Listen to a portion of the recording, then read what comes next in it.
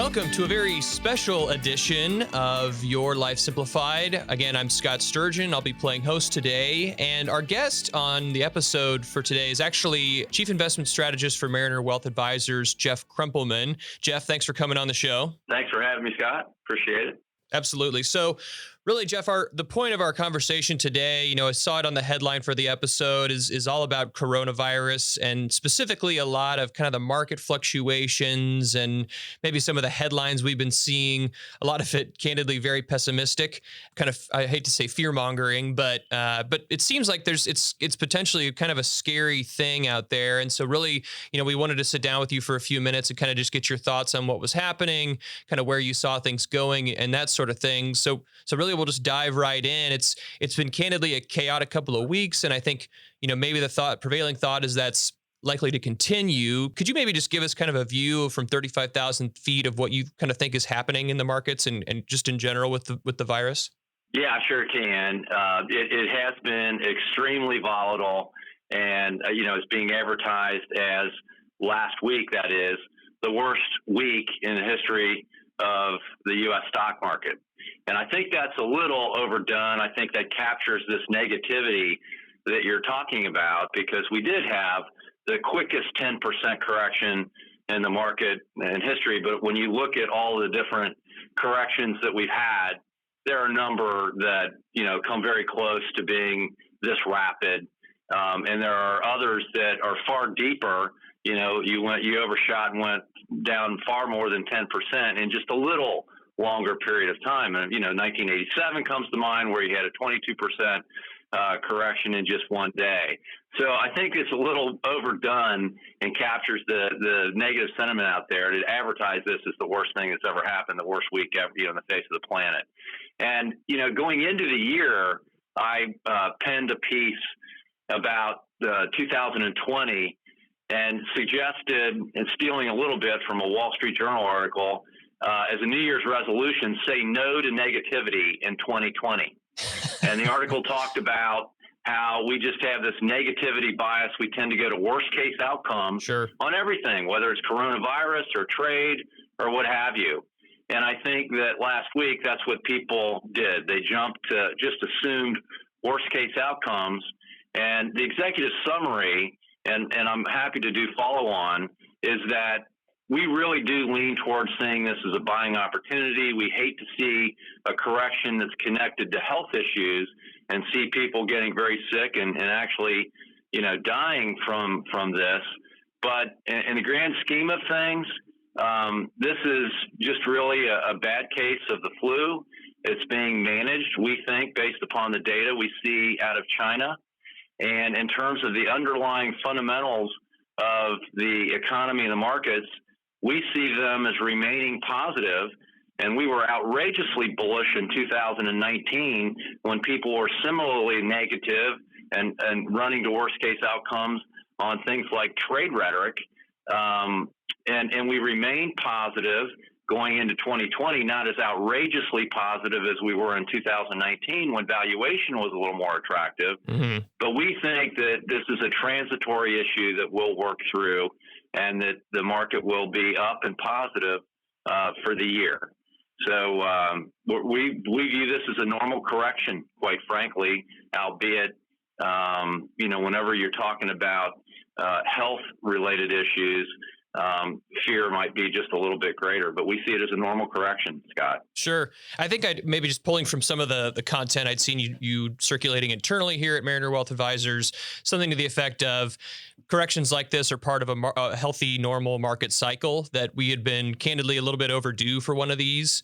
And as you mentioned, you never want it to be a health-related issue, but at the same time, it's maybe just part of the cycle, and it's to be expected over the long term.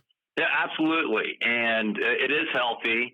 I love to pull out the chart that shows that going back to 1980, even in years that ended up nice double-digit positive, and by the way, about 80% of those years going back to 1980 are positive. So it pays to be optimistic about the U.S. stock market. You can get negative, but you better get negative only when the data takes you there. And we don't think the data does take you there. So this is normal. And, after being up 31.5% in 2019 and getting off to a very good start to this year, we needed a little respite. We needed a pause. We didn't think it would be coronavirus. We thought it might be just hand-wringing over, speculation about the presidential campaign, maybe fallout from, impeachment and just negative rhetoric, coming, out of that. It could have been geopolitical. We had Iran and stuff like that in the beginning that was unnerving folks. So we just thought something would cause a calm or a reset in the market, and it happens to be coronavirus. But the other point that I want to make here is that we try and do a very good job of distinguishing for our clients the difference between the signals that you see of correction versus the signals the economy is giving you at a bull market top. Mm-hmm. And around corrections, they tend to be psychological adjustments. Sentiment turns negative because some wall of worry issue, like the one we're dealing with. That's very different from the true economic signals that come at you when things are really slowing down at bull market tops. So examples of that might be, if this were really the beginning of the end and we were turning to a bear market, we would expect to see surging unemployment. Generally, unemployment claims surge 10% or more in short order. The unemployment rate spikes. Consumer confidence plummets. Earnings begin to really fall off a cliff, so to speak. And the credit markets freeze up, very importantly. Spreads widen. And none of that, and let me repeat that, none of that is happening right now. And you don't have to get out of the way at a bull market top immediately when you see these things happening. You have time. What we have here in this correction is a transitory supply shock issue where the world's most populous country has quarantined over 60 million people, and they can't go to factories. They're beginning to now as they're getting this under control, but for a multi-week period, they couldn't go into work and produce things. So it wasn't demand implosion. It was the fact that demand could not be satisfied from production and supply. Sure. And the market will look through that. Scott, is the point there. And so you get this V-shape, maybe kind of early decline in activity, but it comes back on as soon as people go back to the factory. All of a sudden that demand resurfaces. And so that's more what we're looking at here and why we remain positive. Thanks again for downloading this episode of Your Life Simplified, which is produced by Mariner Wealth Advisors.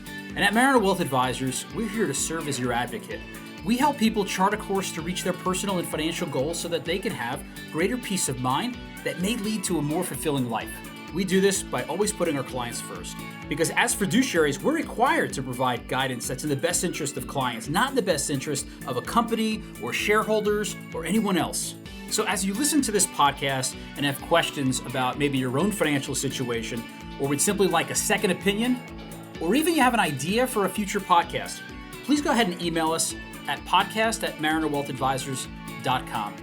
If you found the information on this podcast valuable, please go ahead and share it with a friend or family member that you think might benefit from this information. And please don't forget to subscribe to this podcast so you don't miss an episode. Thanks for listening, and now back to the episode. That makes sense. So I guess really kind of the question then becomes, what's the angle of that V? Is it very sharp? Is it more of a kind of a gradual, not necessarily a curve to it, but overall the question being, in what time frame do we expect, some of that supply chain to come back online? When are we then able to meet orders and things of that nature? So I guess my next question to you then is, it seems like out of China at least, that new cases at least have semi-tapered off. At least that's the data that's coming out from them. What do you think we can generally expect from markets, in response to, hopefully a lot of more Western countries? We're seeing maybe some exposure there, but somewhat contained, or or, to some degree, at least addressing the ongoing issue. What do you see responses from markets being like in the next quarter, 2 quarters, that kind of time frame? Yeah, no, I think that's a great question. And just to go back to your comment that, the question is it a V, is it a U?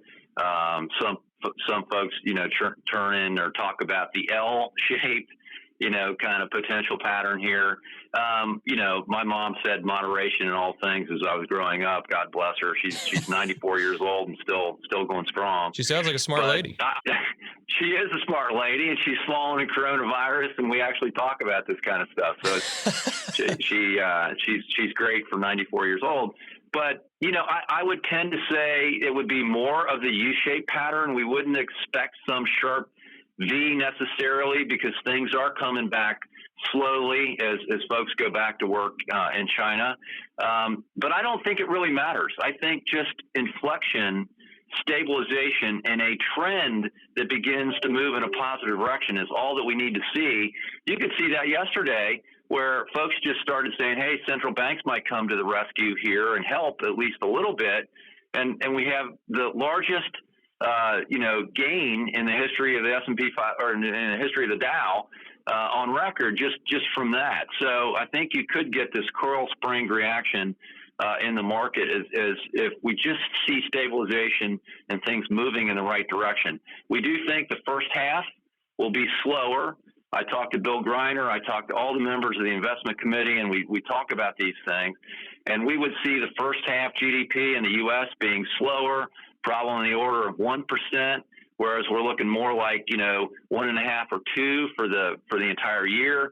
So you have a stronger second half, and that this will be a Q1, Q2 thing with improvement really starting in Q3, Q4. All that being said, we have to estimate, the pattern of the economy and earnings, but we also, as investors, have to think about the psychology of the investor. And psychology can move things. So what we're doing is expecting higher volatility. You saw it today when the market looked like the implied open was going to be strong, and then we got 2 cases that were announced out in New York. It opens in the red.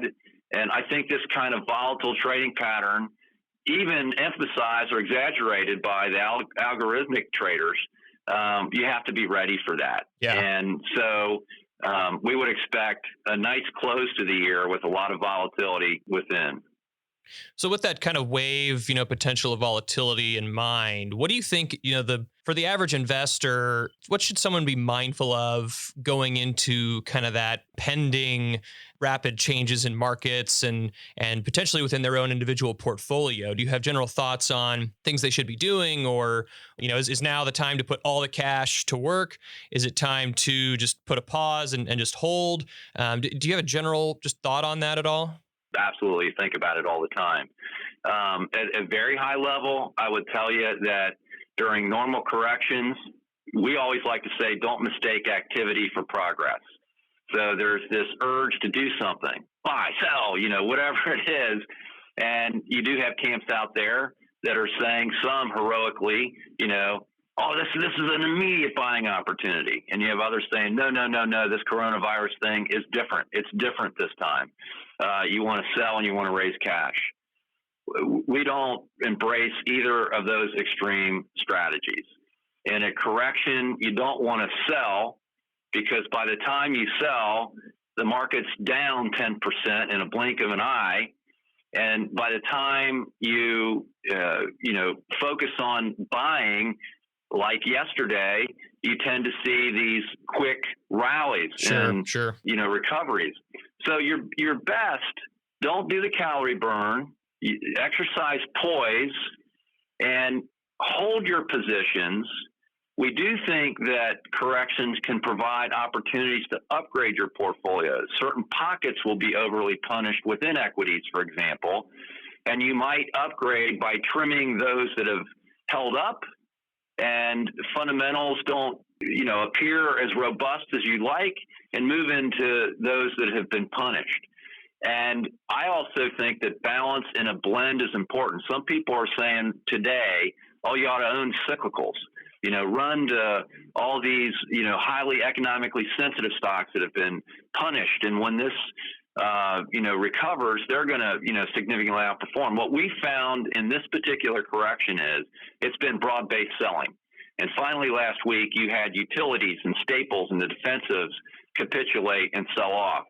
So we do think that there are a number of opportunities to upgrade. I do happen to think that some of these more defensive names in utilities, healthcare, for example, there are opportunities where you got really nice yields. These are high quality names that have been punished, like Micron Technology has.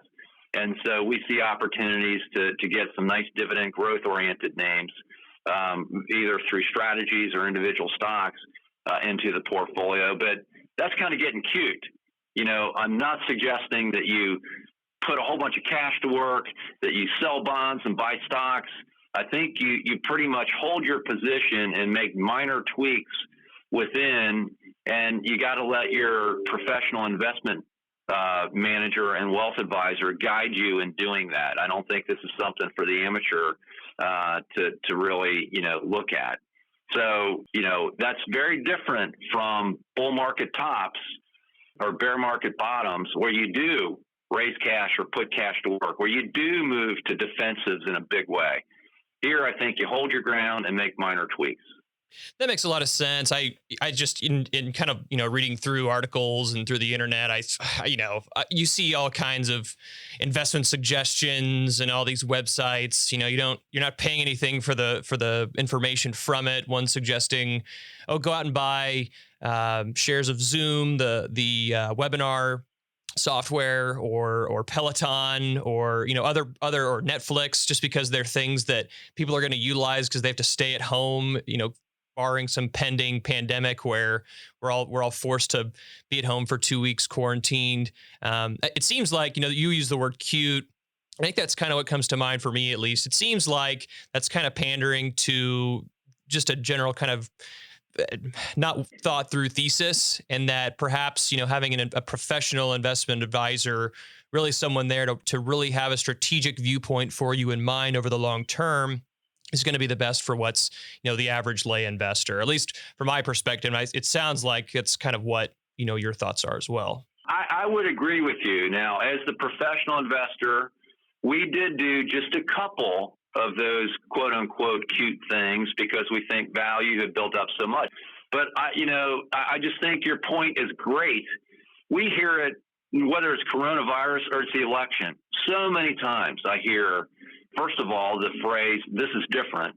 That's way overused. Think about that was used back when in 2016 when Trump was running, and how this is going to be a totally different environment. We've never seen this before. Each election has a interesting angle to it, but you can never say this is unprecedented. And I don't generally see unprecedented movements in the market. Presidential election cycle years are pretty predictable with regard to the pattern of behavior, as long as the economy is in decent shape.